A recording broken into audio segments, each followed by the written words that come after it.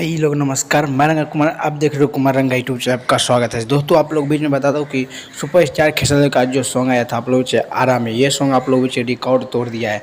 क्योंकि आप लोग इससे में 2 मिलियन मतलब 10 घंटा में ही 10-11 घंटा में ही आप लोगों से 2 मिलियन आप लोगों के पार हो गया। 2 की 3 मिलियन होने वाला है। तो आप लोग जो नहीं देखेंगे जाकर देख सकते हैं। बहुत ही गजब। बात करेंगे फरिश्ता मूवी का फर्स्ट ही शो, मतलब फर्स्ट में ही इतना सिनेमा हॉल में हर मतलब भीड़ लगा है। आप लोग तो वीडियो सब देखे ही होंगे, मैं भी आप लोग बता रहा हूँ। अगर जो नहीं देखे हैं तो जाकर देखिएगा और एकदम से भरपूर एंजॉय लीजिएगा।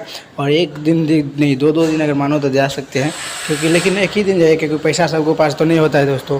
तो इसीलिए आप लोग ज़्यादा से ज़्यादा वीडियो शेयर किया ताकि हर एक फैन को पता चले कि एक सॉन्ग अभी आया है। और फिल्म का पहला ही इतने आप लोग जो फिल्म फर्स्ट दिन ही फिल्म इतना चला है कि गर्दा मचा दिया है। आप लोग ज़्यादा से ज़्यादा वीडियो शेयर कीजिएगा।